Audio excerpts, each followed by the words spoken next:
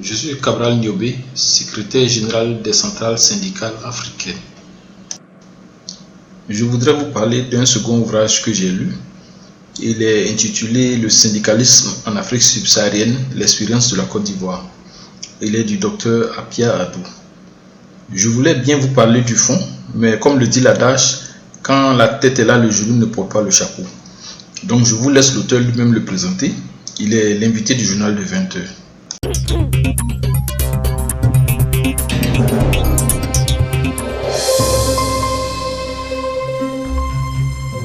Voilà, l'invité de la page culture vient de nous rejoindre. Il s'agit de M. Adou Appiah. Son ouvrage s'intitule « Le syndicalisme en Afrique subsaharienne, l'expérience de la Côte d'Ivoire ». Bonsoir.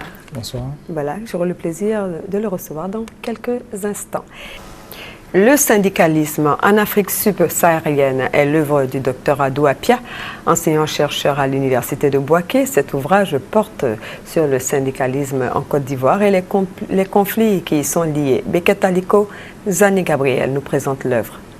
Syndicalisme en Afrique subsaharienne, l'expérience de la Côte d'Ivoire. C'est le livre d'Adou Appiah, enseignant-chercheur à l'université de Bouaké. Cet ouvrage, composé de 289 pages, vise à normaliser, harmoniser et humaniser les rapports sociaux de production en Côte d'Ivoire. Vu les nombreux conflits internes dans les entreprises et administrations ivoiriennes, l'auteur, à travers ce roman, met à la disposition des acteurs du monde syndical les outils et éléments pour améliorer leurs pratiques. L'ouvrage comprend 6 chapitres, entre autres l'espace syndical ivoirien, la question de conflits de travail et les difficultés liées à l'activité syndicale dans les entreprises.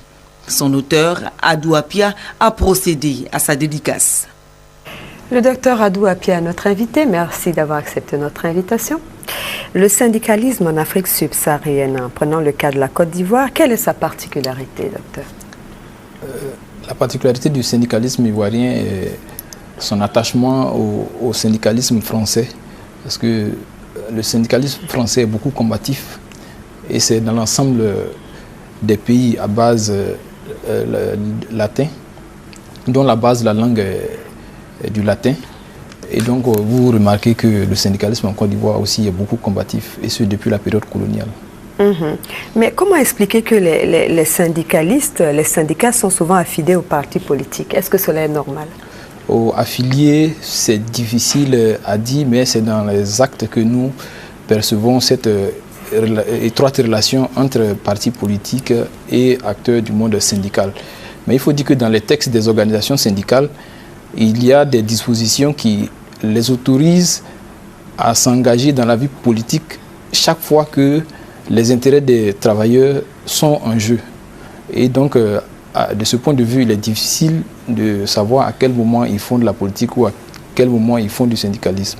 Du point de vue historique, depuis la création du syndicat des planteurs africains, sous Félix Houphouët-Boigny, jusqu'à de nos jours, qu'est-ce qui a évolué, qu'est-ce qui a changé?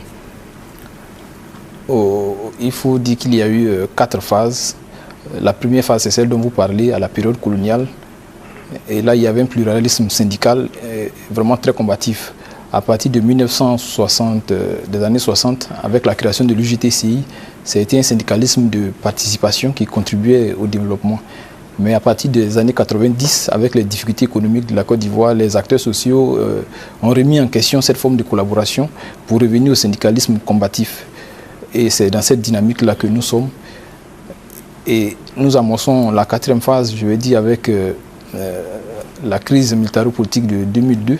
Et cette fois-ci, c'est des mouvements ad hoc, des collectifs, des coordinations qui naissent en déficit au champ syndical déserté par les principales centrales syndicales qui avaient d'autres défis à relever. Oui, mais on a constaté aussi un bicéphalisme au sein de plusieurs syndicats. Je vais citer par exemple la FESACI.